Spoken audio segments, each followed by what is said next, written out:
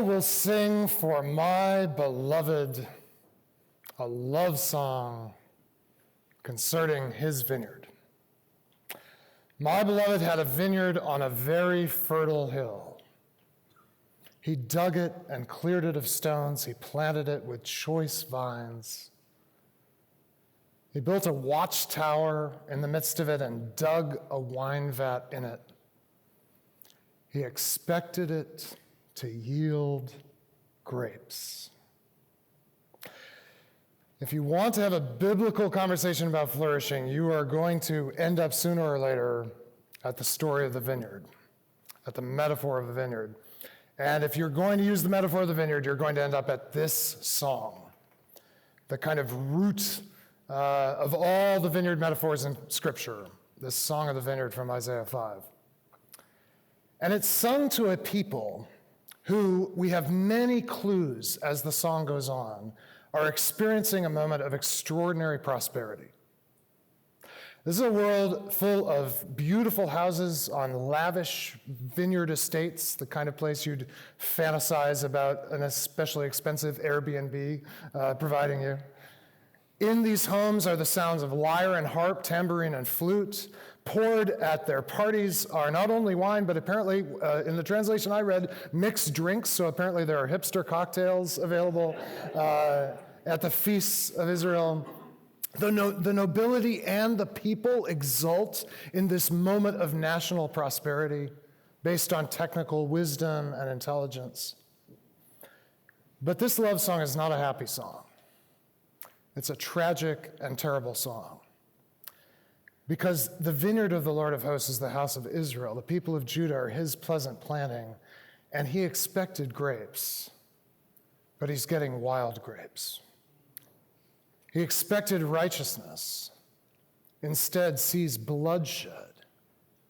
Expected justice, but instead hears a cry. Somehow, in the midst of this environment of great prosperity, God sees something profoundly, tragically, disturbingly missing. And in fact, this song ends with a prophecy that all of this abundance within the lifetime of the hearers will be reduced to barrenness, such that it would take you 10 acres of planting to get just a little basket of seed and a huge bushel of seed just to get the tiniest amount of fruit. There's a fragility to this system that is not apparent from one point of view. I think God looks at this a little bit like you might look at these trompe-l'oeil paintings that you can see on sidewalks in the cities of the world. There are these artists who do these amazing things with chalk on just a plain sidewalk. They can turn it into a pond with lilies or into a table set with flowers and fruit. And if you look at it from just the right point of view, right, trompe-l'oeil, the French word for fool the eye, these tricks of perspective that artists can use can fool you into seeing something there that's absolutely amazing and beautiful and striking. But you step even just one foot or two out of the perfect place to view it, and the illusion completely disappears. And then, of course, it's all made of chalk anyway. So the next day or after a heavy rain, it's gone. It was actually just pavement all along. And it seems like God looks at what Israel considers flourishing, and he says, yes, from one point of view in the system, it looks really good. But from many other points of view, it's not flourishing at all. And considered in the longer horizon of history, it's as empty as chalk on pavement. It's not going to last. And while the Bible does not have a prosperity gospel in the way we use that phrase now, and God doesn't seem to be concerned with prosperity in the way we use that word, the Bible does, I think, have a posterity gospel. There's no prosperity gospel, but there is a posterity gospel, namely God's intention to bless not just to the second or third generation, but to the 1,000th generation, those who love and fear and trust him. And his desire for that to be embedded in cultural systems that pass on flourishing generation after generation. And God looks at the flourishing available to Isaiah's contemporaries and says, this is not even flourishing from the point of view of the marginal and vulnerable in your own system, let alone something you could hand on to a future generation. It's just trompe-l'oeil. It can fool the eye from a certain perspective, at a certain moment. But it's not the real thing. How does this apply to us? It ought to trouble us. At a moment of amazing prosperity, Dow over 25,000, S&P over 2,700, NASDAQ over 7,000, at the absolute pinnacle of affluence in all of human history, and not just these little markers of financial markets, but real material progress, less absolute poverty in the world than ever before in history, probably. There is real flourishing happening, but is it the real thing or is it trompe-l'oeil? How would we know? It seems to me it's the task of the church to pay attention in such a way that we might know what components of the affluence we experience in our world are genuine and what components are actually merely illusion and incredibly evanescent. So I want to try to get at that in the next couple of minutes, and I want to sing you my own song. I want to sing the song of the one who made the world able to sing. He created a world with frequencies and harmonic series, with materials that could vibrate and resonate, and put in that world image bearers who in their own bodies and in the materials of creation could tune sound and play it through time, such that they were creatures who could not just speak, but who could also sing. And for thousands of years, through the diversity of human cultures, from the harmonic complexity of the gamelan to the melodic complexity of the ragas of the Indian subcontinent, to the polyphony of medieval Europe, the counterpoint of the high Baroque, the bent notes of blues, the polyrhythms of Africa, music was made by human beings out of a world that without human beings would have just had sound. And this gave glory to the Creator who all along had wanted his world filled with music. 100 years ago, human beings acquired the ability to fix these moments of human performance in recorded form. First on cylinders of beeswax, then on platters of vinyl, which are now just as hip as cocktails again. Then digitally encoded, right, onto media like CDs, but now liberated from physical media entirely, now simply streamed through packet-switched data networks, such that in the course of just the blink of an eye in human history, the phrase to play music completely changed meaning. For all of human history, to play music meant that a person or persons gathered together their heart, soul, mind, and strength, their memory, attention, reason, and skill, and entered into a creative practice in real time with instruments created by human beings or the instruments of their own body in such a way that that music was released into the world. But suddenly, to play music actually meant to activate a recording of such a performance without actually requiring any such investment of self. So I experienced this in my 40s. I decided you either choose your midlife crisis or it chooses you. So I decided to choose my midlife crisis. And so it needed to be something expensive that you could caress, that would take a lot of time, but would not violate any of the commandments. So I chose the cello. So I decided that I would learn the cello in my 40s. I bought a cello, I started taking cello lessons, and this meant that every afternoon in my living room, for the time that I was doing this, I will say I've now given up the cello, that's another story, but I would sit in my living room for 4 years of cello study, and every afternoon I had a choice. I could pick up my cello and work through the very simple scales and exercises, eventually the very simple Bach that I was learning to play with the long suffering of my teacher Dane, and practice it, right? Or, any day, I could press play, and Yo-Yo Ma would play for me. So every day was this massive spiritual temptation in the realm of the cello between the high friction activity, literally high friction in terms of calluses forming on my fingers, of forming myself into someone who could play music, and the incredibly low friction activity of pressing play. This is the choice now available to every resident of our modern technological world. High friction or low friction. And it's not just high friction or low friction, but there's also an economic reality to this. The low friction option turns out to be very high margin. in business terms. High gross margin. The gross margin, the cost of producing an additional unit of recorded music for consumption by a consumer in the mediated world is essentially zero. The cost is nothing. That means the profit is nearly 100%, the gross margin profit. So the low friction option of just pressing play and paying for your monthly Spotify subscription or whatever, what it costs to Spotify to deliver that music to you is negligible once they've got the infrastructure in place. Low friction, high margin. Whereas all experiences of music up until 1900 or so were high friction, low margin. Musical instruments, very expensive and labor intensive to produce. Musical instruction, very expensive and intensive to produce, and not high margin. My teacher, even at $50 an hour, was not cleaning up. You have never met a music teacher with a yacht, because it just doesn't work that way. And this has become the choice that we have, and you can imagine what's happened. Music has exploded. It's available now in unbelievable ways. Within reach of my fingertips is the entire catalog of the works of Bach, performed by Helmut Rilling and the Bach Collegium, and I can pick any cantata, press play, and have it played for me. There's more music available to us. There's such an abundance of music, we'll never be able to listen to a fraction of it. But could it be that there's actually less music making happening than ever? Something very odd happens in these low-friction, high-margin economic systems. They are strangely fragile, and I want to call attention to two forms of fragility.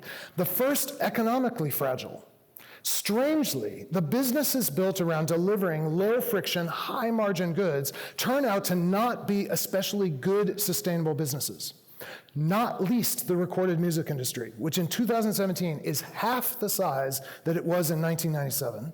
Now, it's still a multi-billion-dollar industry. It's still a major thing. But the fact is that the low friction got so low friction that you can essentially access music for free, and no business can compete with free. And so this has led to a massive shrinkage in the music industry. It means that today in 2018, it is harder to make a living in any sector of music than it's ever been, certainly in my lifetime, arguably perhaps in the whole history of the Western music, at least. At least it's become very, very difficult. There's an economic fragility to low-friction, high-margin systems. They are very susceptible to disruption by other economic systems or by just the ultimate low-friction option of free. And there's a cultural fragility. The culture that seems to have been produced in the last 100 years as recorded music exploded throughout the modern world does not seem to have the same kind of musical depth and value of that was produced outside of this low-friction, high-margin system. My son is taking music very seriously. He's studying the viola, and he's on his way to attempt to be an orchestral musician. And he and I got to be in Berlin before Christmas in 2017 and hear the Berlin Philharmonic playing Beethoven's Missa Solemnis.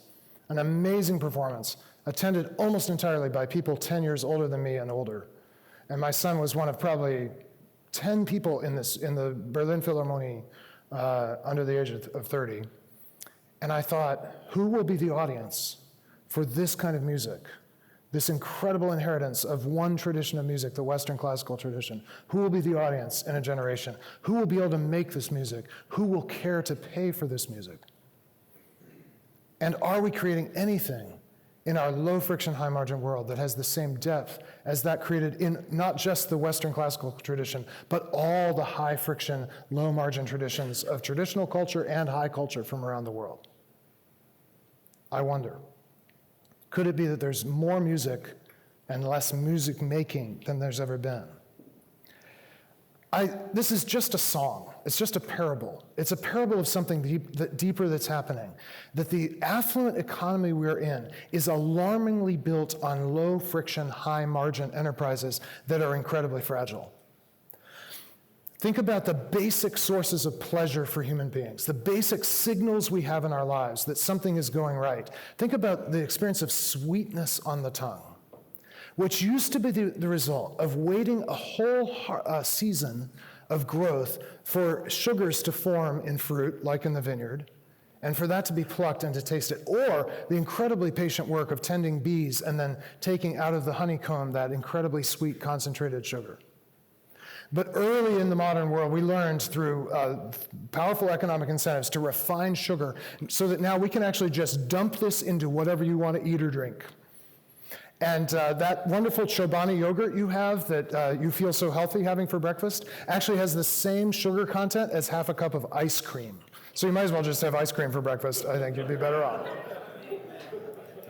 And that human need for sweetness in our lives, that we taste that sweetness, we go, oh, I'm flourishing, it's sweet.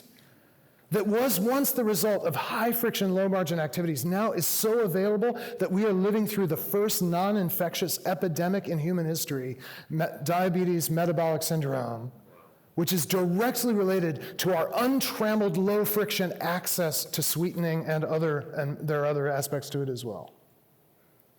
It used to be that to experience the wine that gladdens the heart, for Baptists, this is grape juice that gladdens the heart, you had to go through this incredibly high friction, low margin experience of planting a vineyard, tending it, and then harvesting its fruit, then waiting as it aged. We've now got way lower friction ways to deliver that experience of gladness. Methamphetamines and opioids will do it with so much less friction than wine and so much more profit, albeit outside of the legitimate economy. And it used to be that to taste the sense of intimacy with another human being that comes from sexual intercourse with another, that you had to make very high friction decisions, high cost decisions, low margin, indeed in some ways non-economic decisions to commit yourself to another. But now I can provide you an endless stream of low friction, incredibly profitable pornography that will give you an excellent simulation of all those things that sex was designed to provide you. To what extent are we living in a world of wild grapes? Wild grapes are rampant. They're abundant. They look like they're growing like crazy. The only problem is they're fragile and not sustainable, and they actually damage human beings who build their lives around them. Which is why we really need the metaphor of the vineyard. Because the metaphor of the vineyard says a flourishing life is a pruned life. A flourishing life is a pruned life. The distinctive thing about a vineyard is that it's been pruned. And it's actually only pruned things that flourish. I've been thinking about this question of what I'm going to hand on to my children and my grandchildren, and maybe even generations beyond that will count as flourishing. What's the posterity of my life? And I've come to a very alarming conclusion. Most of my life is about things that will not last even to my children's generation, let alone my great-grandchildren's. All of the consumption of my life, by definition, is used up in my own lifetime. To consume something is to use it up, and it's done. All the consumption I engage in, I enjoy, and it's gone. More troublingly, many of the businesses we build around our consumer economy will not be transferable even one generation out, let alone 3, let alone 1,000. And I think about the things in my home that my great-grandchildren would be glad to inherit, and I can almost literally count them on the fingers of one hand.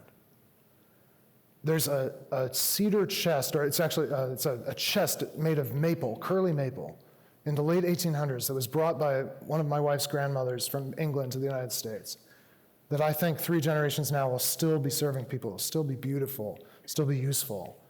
There's a Steinway piano made in 1920 that we bought with our kids' college savings in 2003, because what kid needs to go to college when they can live with a grand piano? And because artisans and technicians have tended that thing, I think generations from now, it will still be making music in my family or in another. And there's a painting painted in 2013 by my friend Mako, who's right there, at great expense. It was an expensive painting, I want to say, but it's not high margin. And it was high friction to make this work of art. And that's one thing I think I'll be able to pass on. And generations from now, I know it will still be worthwhile. And almost everything else will be trompe-l'oeil. And then there's one other thing I want to pass on. It's not things, right? It's the patterns of life that make for a flourishing life. It's the way we eat meals and cook meals as a family. It's our patterns of prayer. It's the fact that we do sing around that piano as a family. I want that passed on. But all the low friction, high margin things in my life are constantly tempting me to just press play and distract me away from the very patterns of family life, of community life, of institutions that could actually sustain something worth passing on. I'm in constant danger of losing the things I actually want to hand on because of the abundance of options. So I've got to choose to prune. And the interesting thing is, if you prune your life, all that abundance of affluence becomes available to you to enjoy without it supplanting the real flourishing. So the person who uses Spotify the most in my family is my musician's son. He listens to tons of recorded music, takes advantage of this amazing abundance we now have access to, but he listens to it completely differently because 3 to 4 hours a day he practices the viola. And because he practices, he listens and hears in a different way. If you build your life around high friction things, if you build your relationships around the high friction activities of meals, of conversation, of forgiveness, of conflict resolved and healed. When Facebook comes along, it's an awesome place to share baby pictures, right? Because it's not what you're building your relationships on. But we know if you build your relationships on the simulated low-friction sociability that Facebook offers, you will actually end up more depressed and isolated. There's this odd asymmetry. Prune your life, and all the abundance of the world is yours for free, thrown in. But build your life around low friction, high margin that's offered you every day by our modern economy, and you will end up not even able to hold on to that chalk as it washes away in the rain. And if we will not prune our life and our world, I think the message of Isaiah is God will prune. Because God seeks flourishing from his garden. And God sees every portion of the picture. So, I'm almost done. What is our calling? What's our calling in this modern world as the church? It seems to me it's to go into every part of the modern economy and find ways to really prune it, to restore appropriate limits and restore a kind of high friction life that is economically sustainable, but is also embedded in what makes for deep flourishing. And the amazing thing is this can happen even in industries that are quite low friction and high margin. We're in Southern California, so I was thinking about fast food. And I was thinking about In-N-Out. And how when you go into an In-N-Out, you instantly know something is different about this place compared to Wendy's or Burger King, God forbid, or Jack in the Box, right? It's in a low-friction, high-margin industry, but it's led in a different way, as is Chick-fil-A, by people who have a deeper vision for what they want to pass on from their business than mere high-margin activity. A few years ago, a group of Christian entrepreneurs created a recorded music platform called Bandcamp that asked, how can we restore relationship between artists and their listeners? And they made space outside of the standard commercial channels for distribution that are being so disrupted in our internet age. They actually use the internet to restore relationship between artists and their listeners and give them actual personal connections. And it's creating sustainable, wonderful, independent music of all kinds, of depth and quality that we're not getting out of the commercial system. This is where the church needs to be, going to every part of the world of mere affluence and turning it into a vineyard. Thank you.